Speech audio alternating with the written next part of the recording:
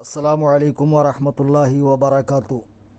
برادران اہل سنت، سب سے پہلے آپ یہ ویڈیو دیکھ لیں، نہیں سمجھ میں آیا ہیڈ فون لگائیں، 2-3 مرتبہ اسے اطمینان سے سنیں۔ جب آپ اسے سن چکے ہوں گے تو اس کے بعد میں اس پر کلام کرتا ہوں۔ یہ تقریر ہے انتخاب قدیری کے بیٹے انتصاب قدیری مداری مراد آبادی کی۔ غور سے آپ اسے سنیے۔ منافق کا نام لیتے تھے، کیا فرما رہے ہو؟ کیا کہنے نہیں معلوم تھا کہ اندر سے کھر رہا ہے، نہیں پتا تھا کہ اندر سے وہابی ہے، نہیں پتا تھا کہ اندر سے اسماعیل دہلوی کا چمچا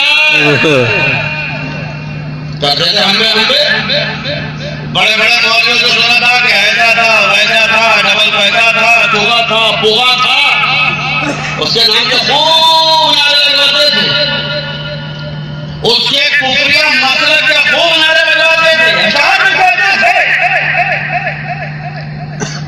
لیکن جس دن پتا چل گیا کہ یہ تو اوپر سے ایسا ہی، اندر سے تو ڈبا ہے، اندر سے تو کھوکھلا ہے، لعنت بھیج دی۔ سنا آپ نے اسے؟ یہ شخص انتصاب قدیری ابن انتخاب قدیری، اس کا باپ پہلے مسلک اعلیٰ حضرت کا حامی و ناشر تھا، تو یہ کہہ رہا ہے کہ انہیں پتہ نہیں تھا، تو اس منافق کا نام لیتے تھے، یعنی اعلیٰ حضرت کے بارے میں کہہ رہا ہے کہ اس منافق کا نام لیتے تھے، وہ چھپا ہوا وہابی تھا، اسماعیل دہلوی کا چمچا تھا، اس کا مسلک کفری مسلک ہے، ہم نے اس کے کفری مسلک پہ لعنت بھیجی معاذ اللہ۔ یعنی وہ مسلک اعلیٰ حضرت جو سادات کچھوچھا کا مسلک ہے، سادات مارہرہ شریف کا، سادات بلگرام کا، سادات کالپی کا، سادات مسولی کا، اور پوری دنیا میں بسنے والے خوش عقیدہ سنی صحیح العقیدہ مسلمانوں کا مسلک حق ہے، اس مسلک کو یہ کفری مسلک کہہ رہا ہے۔ اسی کو مدنی میاں نے 3 اکتوبر کو مدنی مسکن میں خلافت و اجازت دی اور اسے خیر الافاضل کا لقب دیا۔ کل 11 اکتوبر کو میں نے 20 منٹ کی آڈیو نکالی، اس کے بعد خلافت کی واپسی کا لیٹر آیا، تو اس میں جو کمیاں تھی اس پر بھی میں نے ایک 16 منٹ کی آڈیو اپنے چینل سنی جمعیت الاحناف پر اپلوڈ کروائی ہے۔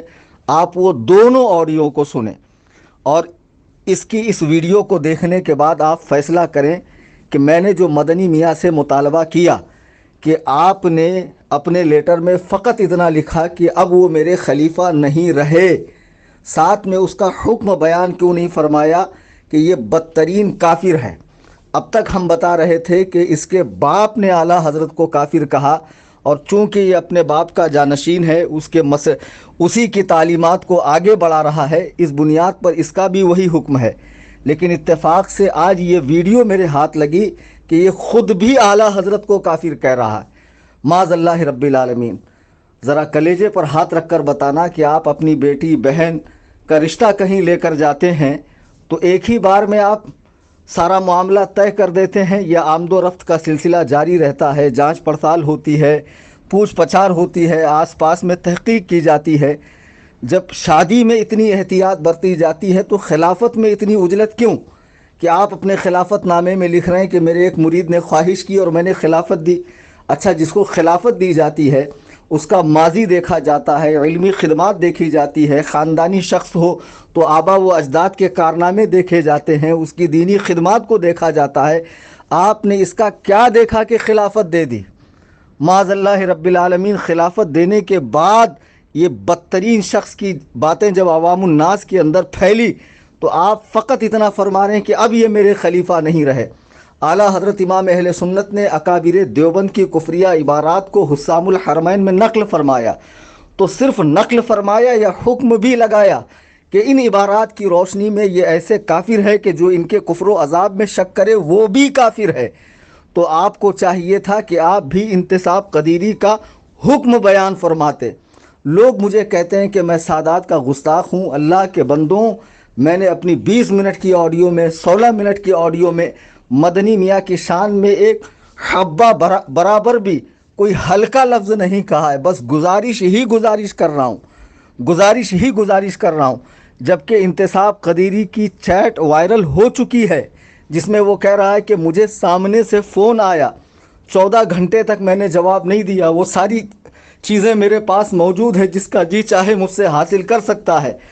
پھر 14 گھنٹے کے بعد دوبارہ مجھے بلایا گیا اور بلا کر خلافت دی گئی، اور شیخ الاسلام نے فرمایا کہ آپ کے والد انتخاب قدیری میرے بھائی ہیں معاذ اللہ رب العالمین، وہ شخص جو مسلک اعلیٰ حضرت سے اتنا بیزار تھا کہ سرکار اعلیٰ حضرت کو کافر کہا کرتا تھا، اس کا بیٹا اعلیٰ حضرت کو منافق کہہ رہا ہے، اسماعیل دہلوی کا چمچہ کہہ رہا ہے، دوزخی کہہ رہا، معاذ اللہ آپ کے مسلک حق کو کفری مسلک کہہ رہا ہے، آپ نے اسے خلافت دے دی اور فرما رہے ہیں کہ میرے علم و خبر میں یہ پہلی ملاقات تھی۔ چلیے آپ پہ واضح ہو گیا چند ساعات کے بعد، اور پھر چند ایام کے بعد آپ نے خلافت واپس لی۔ اب ہم آپ سے گزارش کرتے ہیں اسے کوئی بے ادبی پہ محمول نہ کرے، شریعت کے مسائل کو خدا کے لیے، اللہ و رسول کے لیے مذاق نہ بنائے۔ غلطی کوئی بھی کرے اس سے پوچھ تاچھ ہوگی، سوال کیا جائے گا۔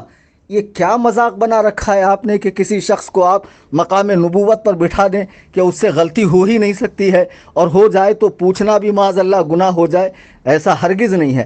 ہم مدنی میاں قبلہ سے ادباً عرض کر رہے ہیں کہ حضرت والا درجت آپ اس کی یہ تقریر سنیں اور حکم شرع بیان فرمائیں کہ اس شخص کو اب اشرفی نسبت لگانے کا کوئی حق نہیں ہے، اور ہر سنی اس کا رد کرے، اس کے جلسے بند ہوں، جو اس سے مرید ہیں فوراً کسی کامل پیر سے مرید ہو جائیں، یہ بھی کافر، اس کا باپ بھی کافر، اس کا باپ دائمی جہنمی ہے، اور اس کے حق میں بہتر ہوگا کہ مرنے سے پہلے یہ توبہ کرے۔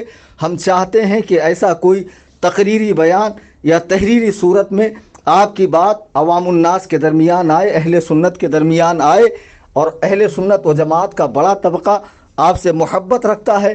مجھے امید قوی ہے کہ اس کا لحاظ فرماتے ہوئے آپ اس بدبخت ازلی ابلیس کے نطفہ اصلی کا حکم حقیقی بیان فرمائیں گے۔ اللہ تبارک و تعالی ہم سب کو قبول حق کا جذبہ عطا فرمائے، آمین ثم آمین۔